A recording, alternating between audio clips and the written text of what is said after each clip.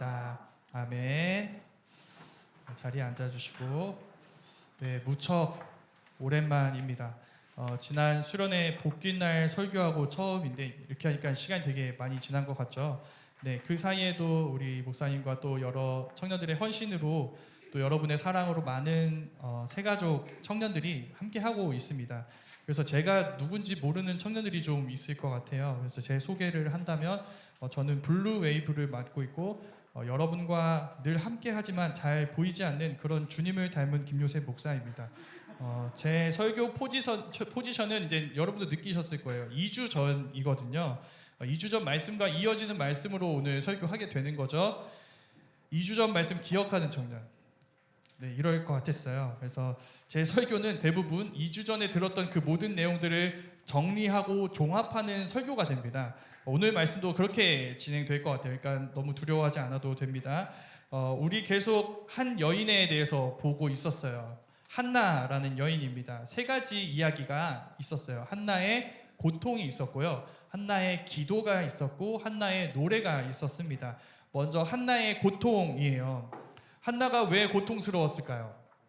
아이가 없었기 때문이죠. 그래서 성전에 나와서 한나의 기도가 이루어지게 됩니다. 그때 성전 총 책임자인 엘리 제사장이 한나를 술 취한 여인이라고 판단해요. 자, 여러분이 생각해 보세요. 여러분이 교회 직원이에요.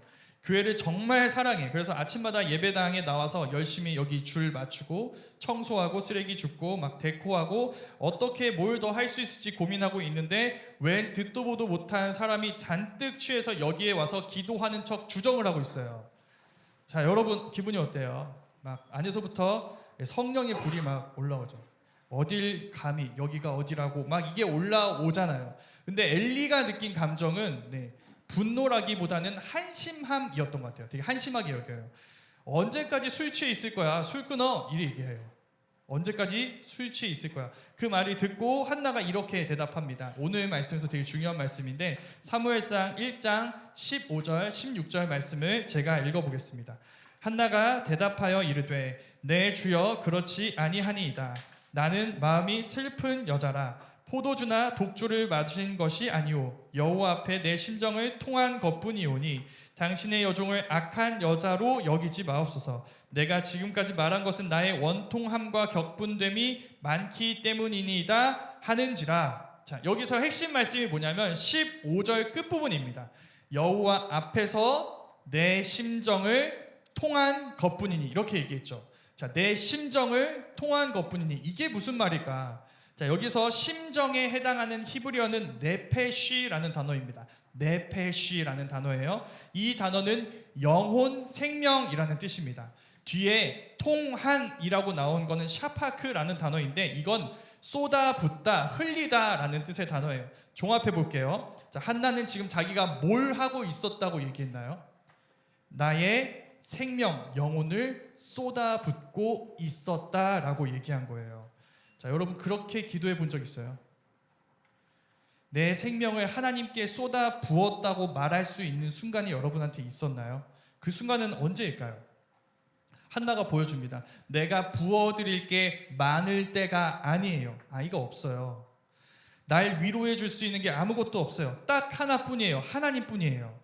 내게 남은 게 하나님밖에 없다고 느껴질 때 여러분은 여러분의 생명을 하나님께 쏟아 부을 겁니다. 저는 그 순간이 여러분에게 찾아오길 바라요. 오해하지 마세요. 이건 저주가 아닙니다. 여러분에게 있는 어떤 것도 하나님과 같지 않다고 느끼는 그 순간이 바로 이 한나의 순간이에요. 여러분이 그 순간에 살아갈 때 여러분은 한나처럼 여러분의 영혼, 여러분의 생명을 하나님께 쏟아붓게 될 것이고 그리고 그때 한나에게 일어난 일이 여러분에게 일어나게 될 겁니다. 특별히 재미있는 건 뭐냐면 여기 쏟아붓다 이 샤파크라는 단어인데 이게 굉장히 흥미로운 단어예요. 다른 성경에서 어떻게 쓰느냐 이걸 살펴보면은 제사를 드리는 장면에서 쓰입니다. 근데 그냥 제사가 아니라 제사장과 관련된 제사를 드릴 때 쓰이고 있어요. 예를 들면 이런 겁니다. 제사장이 죄를 지었어요. 그럼 제사를 드려야겠죠. 속죄 제사를 드려야 돼요. 자, 그 속죄 제사를 드립니다. 또 하나 제사장이 처음으로 제사장이 되는 위임식, 제사장 위임식이 있어요. 그때도 제물을 드리는 이 절차가 있어요. 그 이 두 가지에서 제물을 드리고 그 제물의 피를 제단 앞에 쏟습니다. 자, 여기에서 이 쏟는다라는 단어가 이 한나가 쓰고 있는 샤파크라는 단어예요. 자, 그 맥락에서 나의 네페시, 나의 생명을 샤파크, 쏟아 부었다고 말하는 한나를 보세요. 자, 뭐가 보일까요? 제사를 드리는 제사장이 보이죠. 한나의 기도는 제사장의 제사, 제사장의 제물의 피에 자기 생명을 담아 하나님 앞에 쏟아 부어드리는 그 장면을 연상시켜요. 뭔가 의미심장하죠. 왜 그냥 기도했다고 말해도 되는데 왜 굳이 이렇게 제사장이 제사를 드리는 모습으로 한나의 기도를 보여주는가? 근데 그게 다가 아니에요. 한나가 지금 이 제사를 통해서, 이 기도를 통해서 드리는 건 한나 자신만이 아닙니다. 한나의 기도의 내용이에요. 우리가 잘 아는 내용이죠. 사무엘상 1장 11절 말씀에서 한나가 이렇게 기도했습니다. 서원하여 이르되 만군의 여호와여, 만일 주의 여종의 고통을 돌보시고 나를 기억하사 주의 여종을 잊지 아니하시고 주의 여종에게 아들을 주시면 내가 그의 평생의 그를 여호와께 드리고 삭도를 그의 머리에 대지 아니하겠나이다. 자, 한나가 뭐라고 기도했어요? 아들을 드리겠다고 기도했어요. 너무 이상하지 않아요? 한나 왜 지금 이 기도의 자리에 있는 거예요? 고통스러워서죠. 왜 고통스러워요? 아들이 없어서죠. 그럼 어떻게 기도해야 돼요? 아들을 달라고 기도해야 돼요. 그런데 한나는 뭐라고 기도해요? 아들을 드리겠다고 기도하고 있어요. 이해할 수 없죠. 이해가 안 돼요. 이거 무슨 상황이지? 근데 오늘 말씀을 보면 왜 한나가 이렇게 기도하게 되었는지에 대해서 이해하게 됩니다. 오늘 말씀에는 엘리의 아들들이 나와요. 자, 자연스럽게 뭐와 비교하게 될까요? 한나의 아들과 비교하게 되죠. 자, 여러 가지 대조하는 장면들이 있어요. 엘리는 남자예요, 여자예요? 남자예요. 한나는 여자예요. 엘리는 아들들이 있어요. 한나는 아들이 있죠. 자, 엘리는 엘리의 아들과 같은 장소에 있어요. 지금 성전에서 제사 같이 드리고 있는 제사장이잖아요. 그런데 한나는 사무엘과 같이 있어요? 한나의 아들과 같이 있어요? 그렇지 않죠. 사무엘은 지금 성전에서 이 제사장으로서의 규례를 배우면서 제사장으로 자라가고 있어요. 한나랑 떨어져 있어요.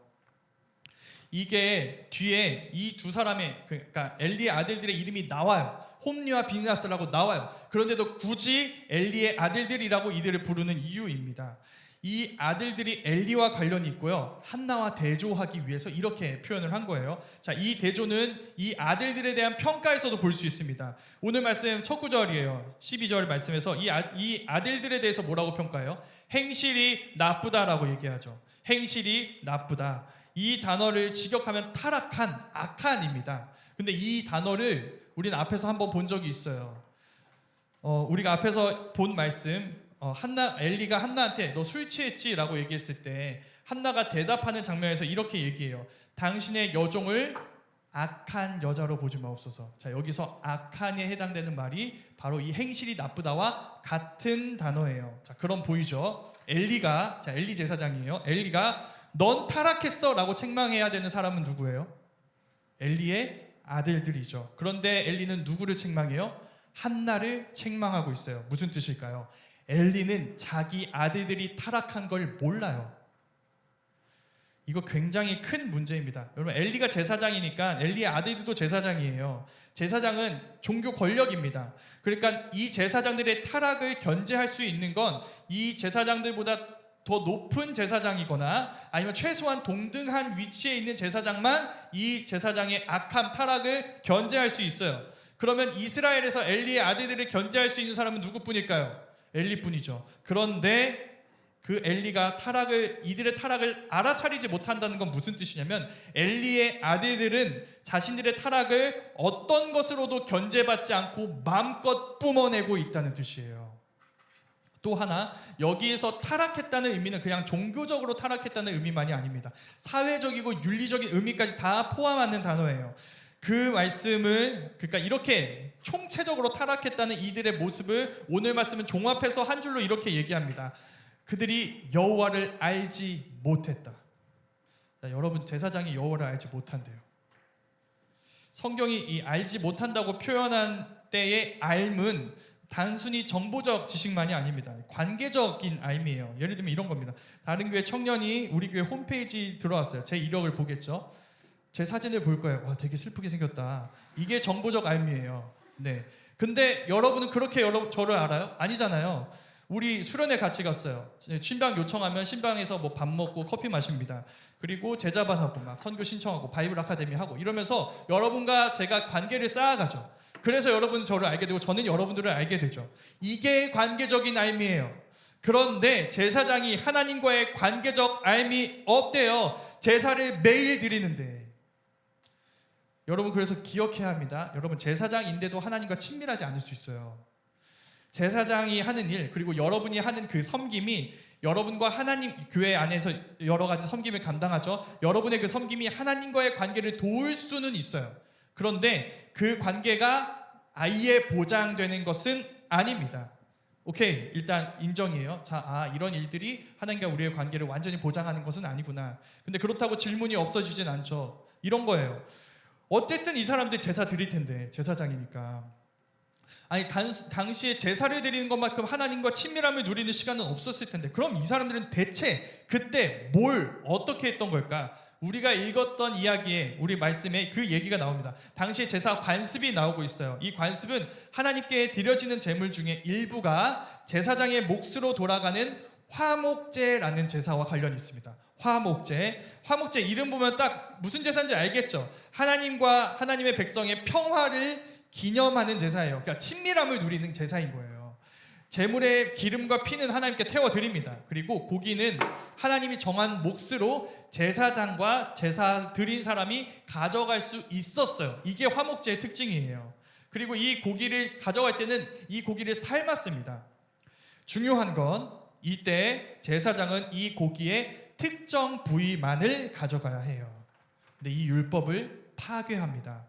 새로운 관습을 만들어요. 제사를 드리고 고기를 삶을 때 삶는 그 고기 이 솥에 갈고리 새 살 갈고리를 딱 넣어요. 그래서 찍어서 그냥 끌려 나온 거 그거 내가 갖겠다. 이 관습을 만들어 버리는 거예요. 자, 이것만 봐도 알 수 있죠. 화목제, 이스라엘 백성들이 하나님과의 친밀함을 누리는 화목제를 드리고 있어요. 옆에서 엘리의 아들들이 돕고 있겠죠. 자, 이 아들들 뭐 생각하고 있어요? 하나님과의 친밀함이 아니라 이 친밀함이 끝나는 순간을 기다리고 있어요. 그리고 하나님과의 만남이 아니라 제사 끝나고 가져갈 고기를 생각하고 있어요. 먹을 게 없어서 그러는 게 아니죠. 아무도 건드릴 수 없는 제사장의 몫이 있다니까요. 있어요. 그러니까 먹을 수 있는데 그걸로 만족하지 않아요. 그 부위 말고 다른 부위를 먹고 싶어요. 그러니까 이런 관습을 만든 거예요. 무서운 게 뭐냐면 이게 끝이 아니라는 겁니다. 제사를 드릴 때 가장 중요하게 드려지는 게 뭐냐면 기름이라는 부위예요. 내장 이 주변에 있는 기름, 허리쯤에 있는 기름, 이걸 하나님께 태워드려야 돼요. 이거 하나님 몫이에요. 가장 중요한 목, 그걸 가르칩니다.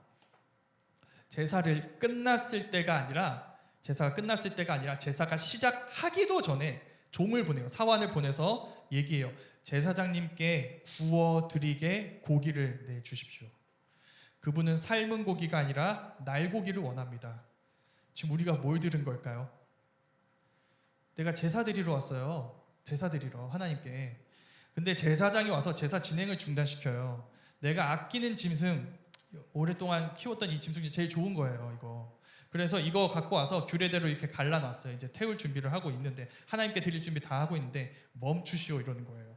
와서 그 제물 중에 하나님께 드릴 부위를 달래요. 왜? 제사장의 고기 취향 때문에.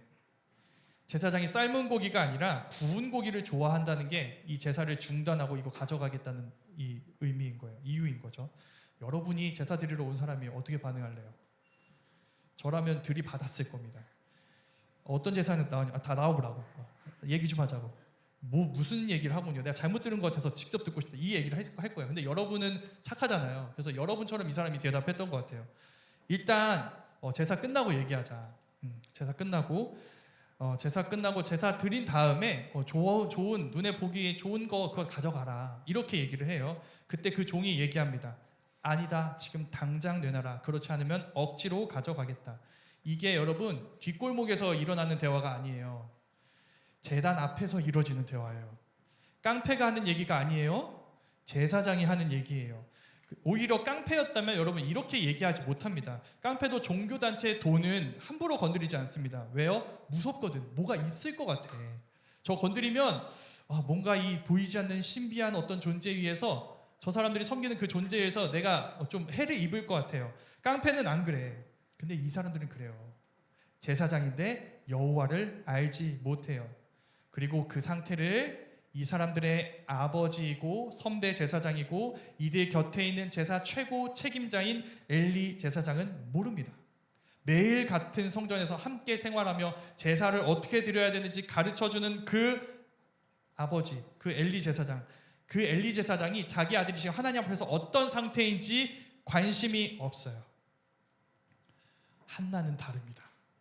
한나의 아들 지금 어디 있어요? 사무엘 성전에 있죠. 한나는 지금 성전에 없잖아요. 그래서 매년 한 번씩 제사 드릴 때 한 번씩 봐요. 근데 그때 한나가 어떻게 하냐면 사무엘과 만날 때 사무엘이 제사장의 일을 할 때 입을 옷을 만들어 갖고 와요. 이게 무슨 말이냐면 한나는 사무엘을 하나님의 사람으로 양육해요. 하나님의 사람으로 그 일을 섬기는 거 굉장히 중요하게 생각해요. 그래서 그때 한나가 어떻게 기도해서 사무엘을 얻게 되었는지, 어떤 마음으로 지금 사무엘을 대하고 있는지를 사무엘에게 보여주는 거죠. 그 옷이 다 담겨 있어요. 어떻게 살아야 되는지 가르쳐주고 사무엘이 그렇게 자라갑니다. 바로 여기에요. 여기에서 이제 퍼즐이 맞춰지게 됩니다. 우리 앞에서 이렇게 질문했어요. 한나 기도 우리 아까 얘기했잖아요. 왜 한나는 제사장이 제사를 드리는 모습으로 자기의 생명을 쏟아붓고 있는가? 아들이 없어서 괴로워하며 하나님한테 나왔는데 왜 아들을 달라고 기도하는 게 아니라 아들을 드리겠다고 기도하는가? 그거 엘리가 했어야 했어요. 엘리 제사장이잖아요.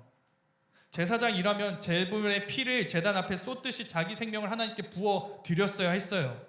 엘리의 아들도 제사장입니다. 그러면 엘리는 자기 아들도 하나님께 드린다고 고백하며 그의 합당한 사람으로 자기 아들을 양육했어야 했습니다. 그런데 그렇게 하고 있지 않아요.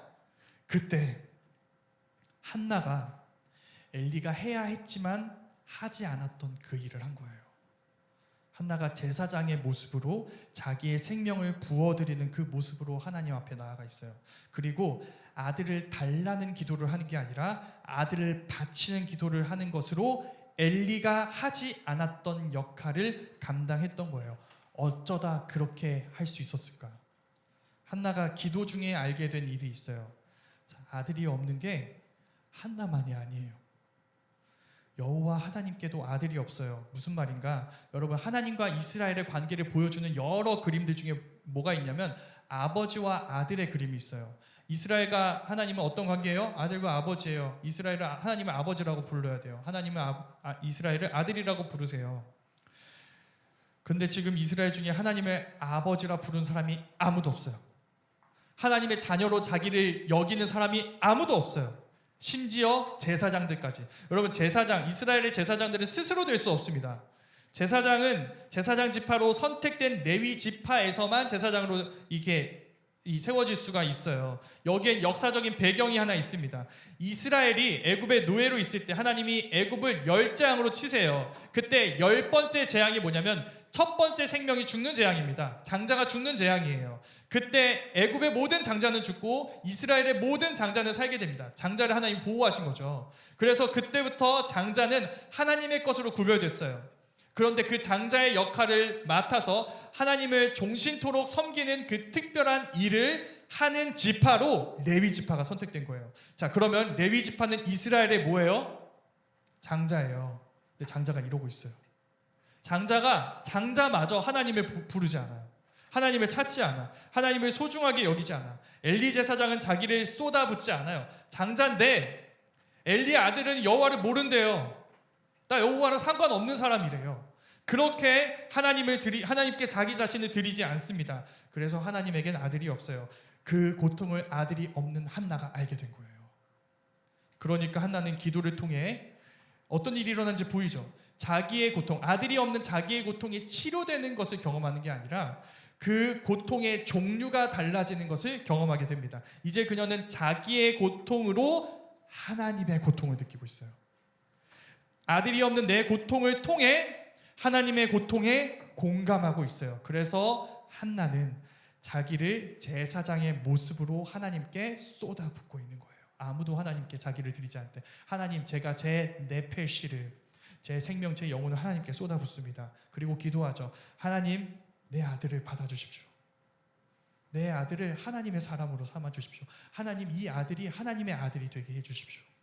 이제 큰 그림이 완성됩니다. 한나의 태를, 한나가 임신하지 못하게 된 거, 이거 왜 그러는지 아세요? 여호와께서 그 태를 막았기 때문이라고 이야기하셨어요. 우리는 그걸 뭐라고 부르냐면 저주라고 부릅니다. 여러분, 하나님 때문에 일어난 일이에요. 이거 아이를 낳지 못하는 거 하나님 때문에 일어난 일이에요. 하나님이 내린 고통이에요. 한나가 그것 때문에 고통스러워합니다. 그런데 이 기도의 자리에서 한나의 고통은 어떻게 되나요? 저주가 아니라 하나님과 고통까지도 함께 나누는 은혜가 되는 거예요. 그래서 엘리 집안 그 누구도 하지 않았던 모습으로 자신과 자기 아들을 드린다는 기도와 하나님이 앞으로 행하실 구원을 노래했던 겁니다. 자, 이게 지금 우리가 지난주까지 나눴던 내용이에요. 한나의 고통, 한나의 기도, 한나의 노래. 이게 이 그림인 거예요. 이 일을 통해 여러분, 한나가 어떻게 됐을까요? 이제 사무엘 드렸어요. 아들을 드렸어요. 이제 다시 자녀가 없네, 이렇게 돌아갔을까요? 아니요. 하나님은 그녀에게 세 아들과 두 딸을 주십니다. 작은 헌신이 엄청난 열매를 맺게 해 주시는 거예요. 그 이야기가 여러분 오늘 말씀이 들려주는 복음 이야기예요. 우리는 한나의 기도만큼이나 이해할 수 없는 기도를 알고 있습니다. 마태복음 26장 39절에서 이런 기도가 나와요. 조금 나아가사 얼굴을 땅에 대시고 엎드려 기도하여 이르시되 내 아버지여, 만일 할만하시거든 이 잔을 내게서 지나가게 하옵소서. 그러나 나의 원대로 마시옵고 아버지의 원대로 하옵소서 하시고. 지금 예수님이 십자가를 앞두고 계세요. 날 죽이려고 오는 폭도들이 지금 올 겁니다. 곧 만나게 될 거예요. 그들이 나를 십자가에 못 박으라 외치는 자들에게 넘겨줄 것이고, 그 십자가에 달려 가장 끔찍하고 절망적이고 처참한 저주의 죽음을 거기서 당하게 될 거예요.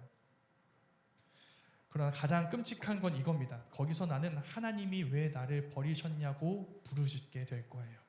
난 거기로 가게 될 거예요. 자, 그 모든 것을 아시는 예수님이 기도하시는 거예요. 이 잔을 내게서 지나가게 하옵소서. 근데 그 직후에 예수님은 그 기도를 막으세요. 나의 원대로 마옵시고 아버지의 원대로 하옵소서. 보이세요, 여러분? 예수님은 자기의 고통을 위해 기도하지 않으세요. 하나님의 고통을 위해 기도하십니다. 여러분을 잃어버린 하나님의 고통이에요. 예수님은 하나님을 잃어버린 여러분으로 인해 괴로워하시는 하나님의 고통에 공감하셔서 그 자리를 박차고 떠나지 않으세요. 거기서 가만히 계셔서 붙잡히세요. 십자가에 달리십니다. 그리고 예수님은 정말 한나와 같이 그분의 피, 그분의 생명, 그분의 내패쉬를 십자가라는 제단 밑에 흘리세요. 그리고 내 아들을 바칩니다라고 한 한나의 기도처럼 하나님은 자기 아들을 우리의 구원을 위한 그 십자가에 내어주세요. 그 결과가 여러분입니다. 우리들이에요. 하나님이 이것으로 우리들을 얻으셨어요. 사무엘을 바친 한나가 사무엘과 같은 세 아들과 두 딸을 얻으신 것처럼 아들을 내어주신 하나님은 예수님 안에서 예수님처럼 하나님을 아버지라 부르는 하나님의 자녀들로 우리들을 얻으셨던 거예요. 여러분이 그 복음을 아는 사람이라면 홈리와 비느하스가 날뛰는 세상에서도 엘리는 그들의 악에 무감각하다 할지라도 여러분은 하나님의 아픔에 공감할 겁니다. 타락한 교회의 소식이 눈에 보여요. 그들 때문에 교회를 떠나는 사람들이 보여요. 그들과 같이 타락하는 사람들이 보여요. 그러나 여러분은 그들이 했어야 하는 일, 여러분 자신을 하나님께 내어드리는 그 일을 묵묵히 감당하려 할 것입니다. 한나가 그랬듯이 우리의 시간과 선택과 지성과 관계와 헌신과 고민과 성과와 재능과 지혜와 지식, 그 모든 내패쉬를 여러분 하나님 앞에 쏟아 부을 거예요. 여러분, 이 말은 이 모든 걸 포기하고 기도만 해라, 예배만 드려라 라는 뜻이 아니에요. 그 모든 것 위에 하나님의 나라가 임하게 하라는 거예요. 그래서 그 모든 것으로 하나님의 뜻을 이루어가는 하나님의 사람으로 살아가라는 말이에요.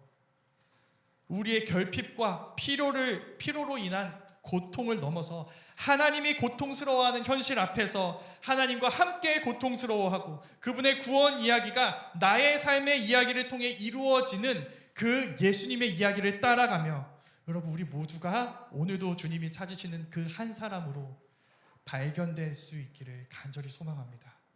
그래서 오늘도 우리의 삶의 자리에서 주님을 닮은 그 한나의 모습으로 우리를 주님께 드리기를 힘쓰며 주님의 나라를 함께 꿈꾸고 구하고 경험하고 이루어가며 한나로 자기 자신을 하나님께 쏟아부었던 그 한나로, 그리고 하나님이 자기 아들을 내어주셨던 그 복음의 이야기, 그 예수님의 이야기를 따라가는 삶의 이야기로 오늘 우리 모두 그 홈리와 비느하스가 날뛰고 있는 세상에서도 한나와 사무엘로 살아갈 수 있기를 간절히 소망합니다.